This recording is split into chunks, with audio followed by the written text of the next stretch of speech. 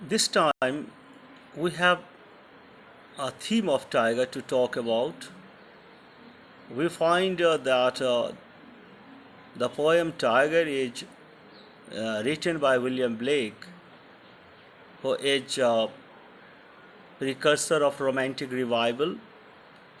We also know him as the forerunner of Romanticism in England.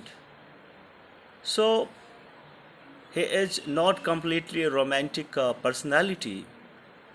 He is rather a transitional poet, and he has been under the influence of just metaphysical wit, metaphysical thought process on the one hand, and he has been under the influence of romantic thought on the other.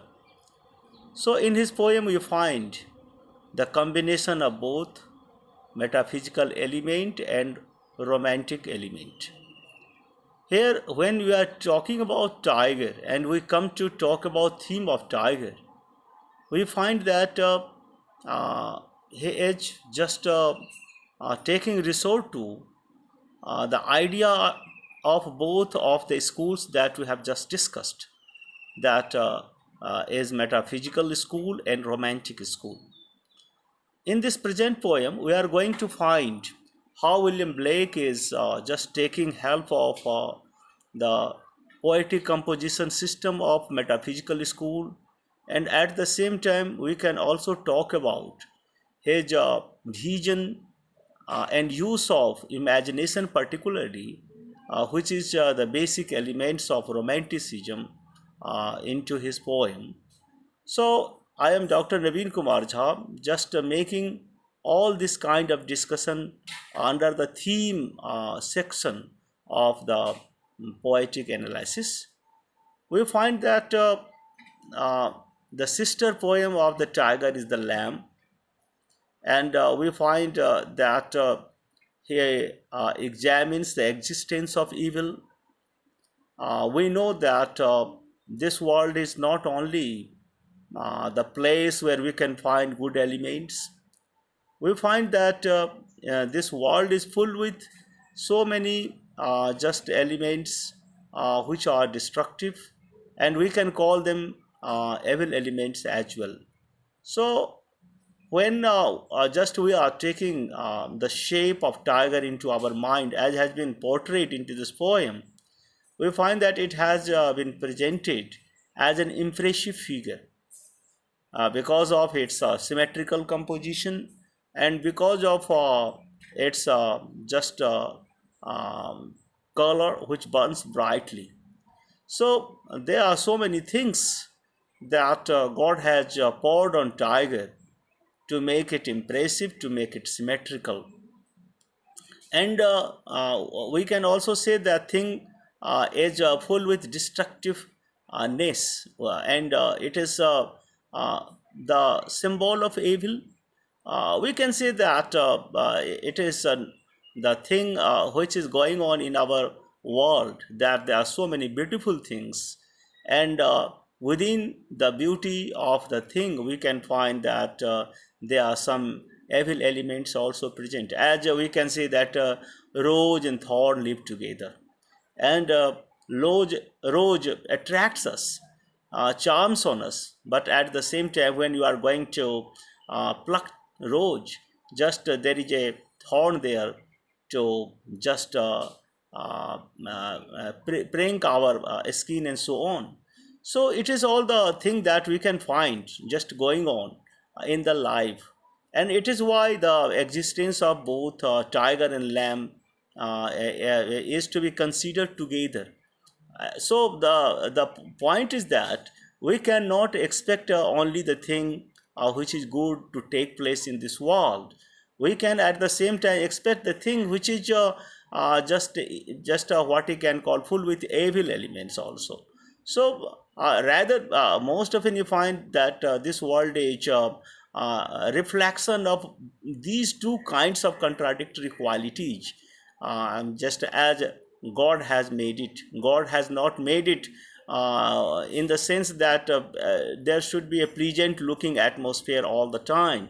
we find that God was interested to make the game in the world, which is between good and bad all the time. And we find that religious history has also been teaching us the same kind of philosophy, that there has always been clash between good and evil element, and ultimately we find that good element prevails, and whatever and how much destructive forces are here, they are going to be just subdued. So it is all natural law. But unless there is just a certain kind of just evil elements, the importance of goodness is not to be understood. We can actually measure the amount of goodness in the world on the just measure of evil that is present here. And we can say that from this extent we can measure the goodness which is present there. So just in a person we find that there are so many beautiful things, but at the same time you can say that there are certain kind of evil elements also present side by side. It is why we generally find that just no just a beautiful thing even is complete without some sort of evil elements present there. Now, it is why William Blake is just going to view that there are oppositional forces in God's creation. It is just the majesty of God's creation that it consists of oppositional forces. And God is just very much loving the thing when there is a clash between good and bad. Otherwise, there will be no interest in the creation of God. We can find that we will not take interest in this world if there is only a pleasant situation. We find that then world would not have been as we had been expressing in various shades. There are various shades of a world, all because of the fact that there have been clashes between good and bad here. Otherwise this has been just a uniform motion of God that would have been not very much attractive.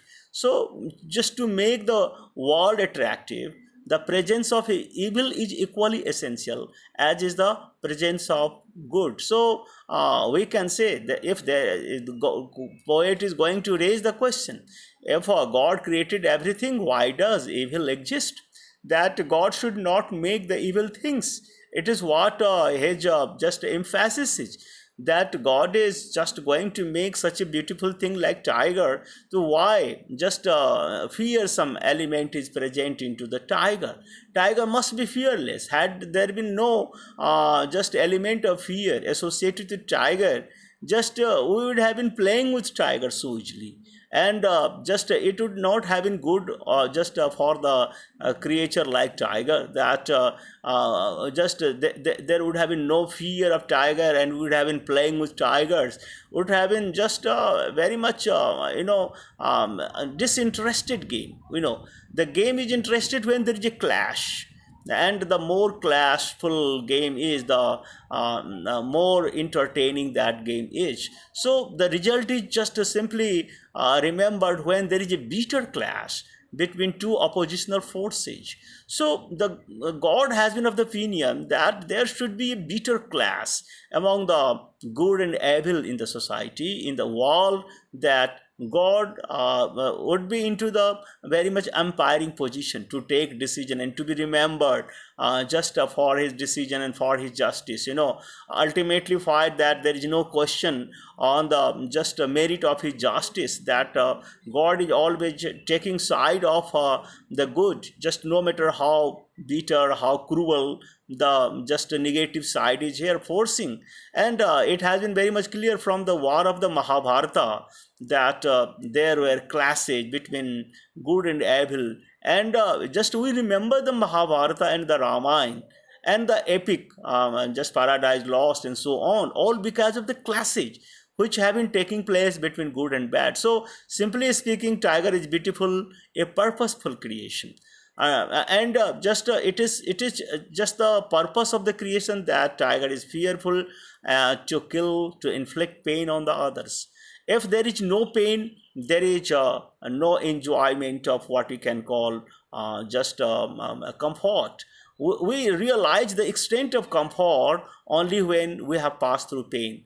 If we are not passing through pain, and we find that there is simply pleasure and pleasure in our life, there is particularly no way of talking about just the merit of the enjoyment that you are taking. So God was just not simple in his view of creation this world, that there should be a smooth looking God, there should be a pleasant looking God where there is no clash, and people should always enjoy the life in the sense that they are not suffering, they do not have any pain, and so on. And it would not have been good. We remember God, and just God is supposed to be the best creator, all because of the fact that he has made more powerful evil elements. Sometimes you can say that evil elements made by God are more powerful than good elements, but finally it is the good element which exists in our society. So we can say that God has just made tiger, which symbolizes the destructive forces, purposefully. There was a purpose of making that tiger, which is so beautiful. We find that there are so many people which look very beautiful at the surface level, but internally speaking, they are so cruel. And ultimately, we find that clash starts, and people are trapped into the beauty of the people at surface level. But when they start living with that beauty, the cruelty is just coming out, and we start just suffering and suffering and suffering. And finally, when just we overcome that kind of cruelty within the beauty of the personality, we get relaxed, and we are simply enjoying the moment when we have come out from the clashing situation. Oh, how great it was, how just memorable it is. And it is in this way that the merit of the thing is to be realized. So now we find that there has always been oppositional existence running side by side. We can say, as now there are two oppositions which are between just tiger and lamb. Naturally, there are oppositions between innocence and experience. We find that if just we are innocent, we start to be experienced. And if there is no innocence, and if we are always experienced and experienced, we simply cannot measure the level of experience. We simply say, when we fail to understand something, we describe that kind of thing as an innocent thing, that we could not understand all these kind of things. So just God wants to be into the commanding situation all the time. You find God living into the commanding situation, that there should always be a just mystic situation before the people to understand God. We simply cannot understand, because this kind of oppositional realities are so uncertain to take place, that we cannot just understand God completely. So we find that there are another pairs of just oppositional forces like city and nature. We find that they are two just extreme realities. Sometimes just we are just living into the lap of nature, and sometimes we are going to the extreme condition where we prefer living into the city and so life. And when we realize the demerit of the city life, once again we oscillate to the natural world and so on. So the merit of natural world is not to be understood if we are not living into the city life. So it is why people are always trying to make just also two and just opposite things, where they can make a comparison, and they can try to understand which was in better. It is not the matter of better and worse. It is the matter of living both things side by side. And if both the things are living side by side, just it remains a mystery. Just when what kind of element is apparent. And we are actually not sure to take final decision and so on. So Blake says that God's creation is beyond our understanding. God is not to be understood very easily. We cannot say that we can understand, because these kind of contradictory situations are so uncertain to take place that we do not just know the actual thing, what is going to take place next moment. So it remains sacred and sacred. It is why life remains just a sacred existence. This world remains a sacred existence. We try our level best to understand and decode the sacredity in the life, but we are not able completely to just decode it. Although throughout our life we try to understand the life, but we remain innocent. We try to get experience to some extent. We get experienced also. However, we can say that we remain innocent. So both things are living together. We are in our life just getting our experience by classing the situation, but at the same time we cannot completely know the thing. So we are just describing ourselves to be innocent also, that we could not know the thing which was to come, and so we could not take the right decision at right time. So it is in this way we are describing everything. So we can say, let this world be full with good and bad. Just Blake has decided to say that God has just been of the opinion to make this world full with good and bad. Otherwise, it will not be enjoyable on the part of the people also. So just we find that this world must be the playground where good and bad should come together to fight and to make the thing just interesting. So here, just this kind of creation is not an easy one. When just we try to make this kind of surprising creation, where the forecast is not very easily made as to the moment to come, as to the moment when suffering coming or comfort is coming or happiness coming, we cannot explain all these kind of things. Yesterday we are very nice, but today we are very sorry.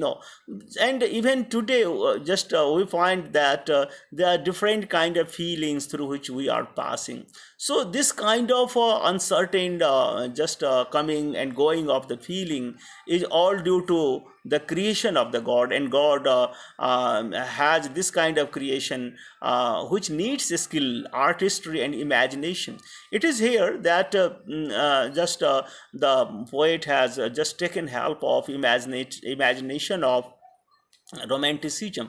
So far he has been describing all the metaphysical question with which the people have been facing, as to just decode the mystery of the world and so on. We find John Donne and Herbert Spencer have been talking about same kind of religious and philosophical just problems and notes and through their poems. And so in the beginning we can say Blake has been just going on and following the same path, but ultimately he says that, okay, as it is the matter of creation, so it is the matter of imagination.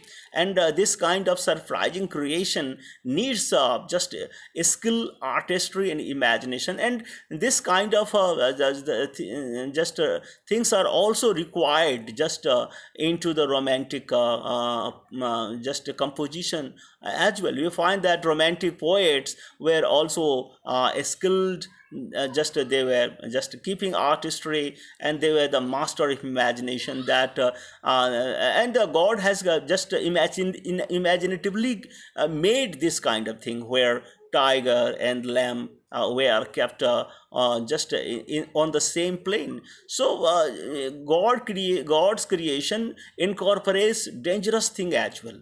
It is all because of the very skillful imagination that the dangerous elements have also been included into the creation of the God. So we can say the beautiful things have been made under the intensely hot and pressurized condition. We can say that when we are talking about the process of romantic poetry, we find the life of the romantic poet has been full with intensely hot condition, and they have always been living into pressurized condition to think about the situation and imagine on the facts which are just before him to make a very very beautiful poem. So we find that his poem is beautiful, but it contains suffering, it contains pain of the people. We love reading all the poems of romantic writers because they are beautiful, and at the same time they are full with pain and suffering of the people. So just because it is a story of each person, each and every person, that we deal with a life problem romantically. We should live romantically, where there are so many beautiful things that we have to carve, and we can at the same time say that we are just taking everything romantically. Otherwise it is just very difficult for us to live here in this world. So we can say when just we are talking about the creator like God, we find that he is brave, he is skilled, he is strong, that he has just made this kind of world, he has made the creatures like tigers and lamb. So is the case with romantic poet, that he has been brave enough to make his poetry just in which just he has made so many beautiful presentation of life, but it was just full with pain and suffering, and so just we love reading all these kind of things and so on. So finally we can say that stanza by stanza analysis is made here. So the second stanza questions where Tiger was created, because this is not an ordinary place where Tiger would have been created. Poet is surprised, and we also get surprised when we are reading romantic poems, because where the poet has made that kind of poem, and just where the poet has imagined the place that he has just composed into his poem. And the third stanza is talking about how the creator formed him. Once again we find that under what condition of mind romantic poet was making the poem that he has made. And the fourth stanza is about the tools which were used for making the tigers. Naturally, just we people are also using the tools of different sorts to make different kind of romantic composition, and we also want to make just a startling poem, where the contradictions are very much included to make it worth reading and worth enjoying. And the fifth stanza, we can say the black wonders how the creator reacted to the tiger and who created the creature. Just when we are creating something surprising and full with contradiction, we are actually surprised. Oh, how beautifully we have made. God has also surprised to see how beautiful creature he has made like tiger, and full with different kind of contradictory things. And especially that tiger symbolizes the world which is full with so many contradictory things. And the sixth stanza is the central question. The speaker wonders who dares. The person who dares make surprising thing, the person who is just actually just trying to make something surprising, something contradictory, sometimes just worth reading and worth remembering, just should dare to make that kind of thing. And it is here we find that poet has talked about God and his skill and his quality, and whosoever is following the model of God, who is the best creator, should go through the same path. And William Blake has also followed him completely to make Tiger. And the Tiger is just made according to the planning of God, that God has made Tiger actually in the forest. And the poem has been made by William Blake. So thank you very much.